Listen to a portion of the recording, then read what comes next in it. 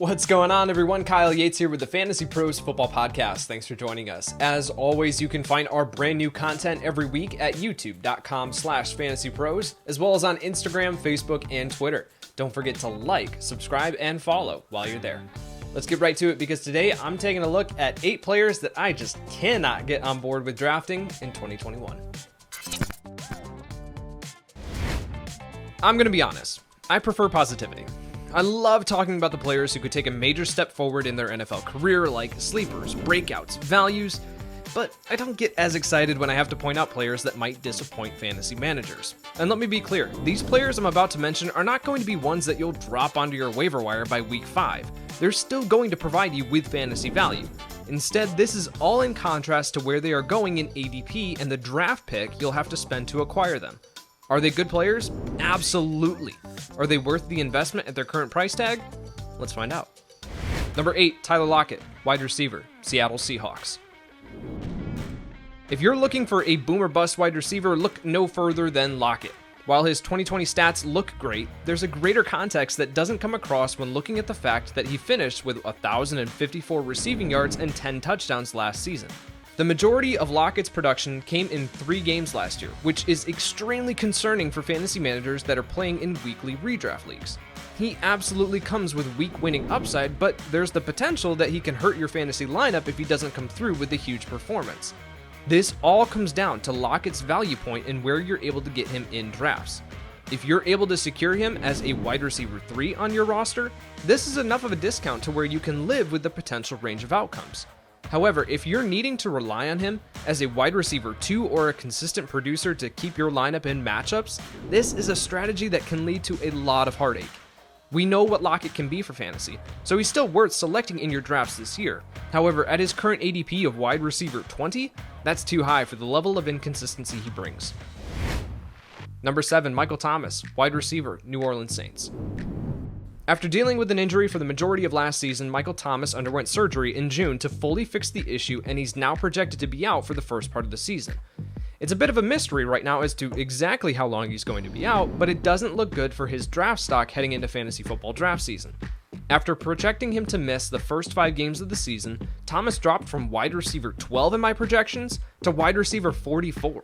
Without the guarantee that he's going to return to fantasy football dominance, as evidenced by last year's performance, Thomas may just be on my do not draft list. I'm willing to let someone else in my league deal with the potential range of outcomes unless he falls to a ridiculous value point in my draft. At his current ADP of wide receiver 29, that's not happening. Number 6, Kenny Golladay, wide receiver, New York Giants. There was a lot of hype surrounding Golladay earlier on this offseason, and it was easy to understand why that was the case. He's an incredibly talented receiver, and he signed a massive contract with the New York Giants in free agency. However, once you sit down and really assess the situation around him, it's difficult to get too excited. Golladay now joins an absolutely crowded offense with a lot of mouths to feed, which instantly puts a cap on his projected ceiling. With Saquon Barkley, Darius Slayton, Sterling Shepard, Kadarius Toney, Evan Ingram, Kyle Rudolph, and Devontae Booker all in the mix for targets, Golladay is going to have to be ultra efficient with this opportunity to make an impact for fantasy football. Once you factor the injury Golladay is currently dealing with in camp, he is more of a mid-range wide receiver 3 than anything else. You're buying into Daniel Jones taking a massive step forward if you trust Golladay as anything more than that. Number 5, Raheem Mostert, running back, San Francisco 49ers. Mostert is expected to be the lead back in this offense as long as he's healthy, but that's not exactly a guarantee. Mostert's only played a total of 31 games over the past 3 seasons, and the 49ers know that they can't rely on him to start all 16 games. With the drafting of Sermon, the 49ers are signaling that Mostert's best fantasy days are behind him. To start the season, Mostert could produce some solid numbers for your lineup, but it seems inevitable that he's going to give up the starting job to the rookie running back eventually. At RB27 in ADP, he's still being drafted to be a solid contributor all season long. It's just unlikely to happen. Number 4, JuJu SmithSchuster, wide receiver, Pittsburgh Steelers.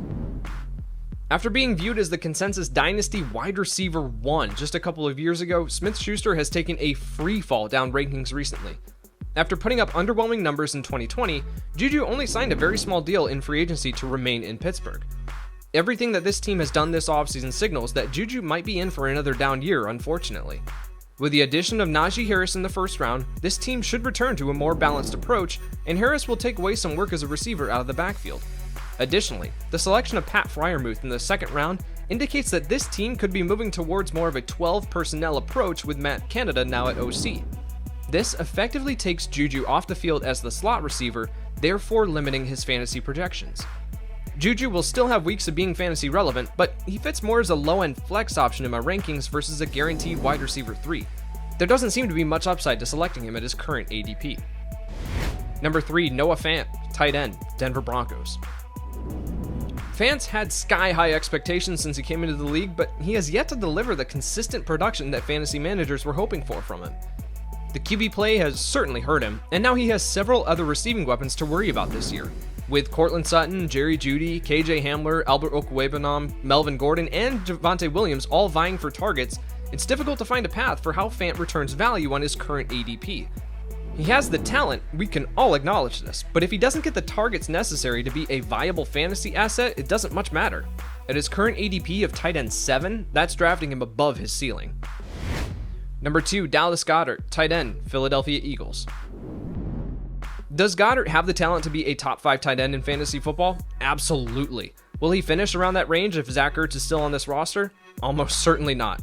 Even if Zach Ertz doesn't bounce back to his former self, his presence on this roster puts a cap on what Goedert can do from a fantasy perspective. Unless we see Zach Ertz traded or released by the start of the season, it's best to view Goedert as a high-end tight end 2, not a top 8 tight end where he's still being drafted. Number 1, Mike Evans, wide receiver, Tampa Bay Buccaneers. What Evans has done throughout his career is no small feat. In his 7 seasons in the NFL, Evans has never finished with less than 1,000 receiving yards in any given year. With that being said, he's a roller coaster to have on your fantasy football roster. Last season, Evans had numerous games where he had only 1 to 3 receptions, but he was able to come down with a touchdown on several occasions to save his fantasy output. Evans brings some massive upside based on his size, skill set, and talent. However, fantasy managers need consistency from their wide receivers if they're being drafted at a premium price, and right now Evans is teetering on top 12 ADP at the position. He'll provide you with some of those week-winning performances, but that's too steep of a price for me to get on board with that unpredictability. Thank you so much for watching. Do you agree with this list of players, or are there any other players that you want to add? Let us know in the comments section below, and while you're there, hit the like and subscribe buttons so you can stay up to date on all of our future content.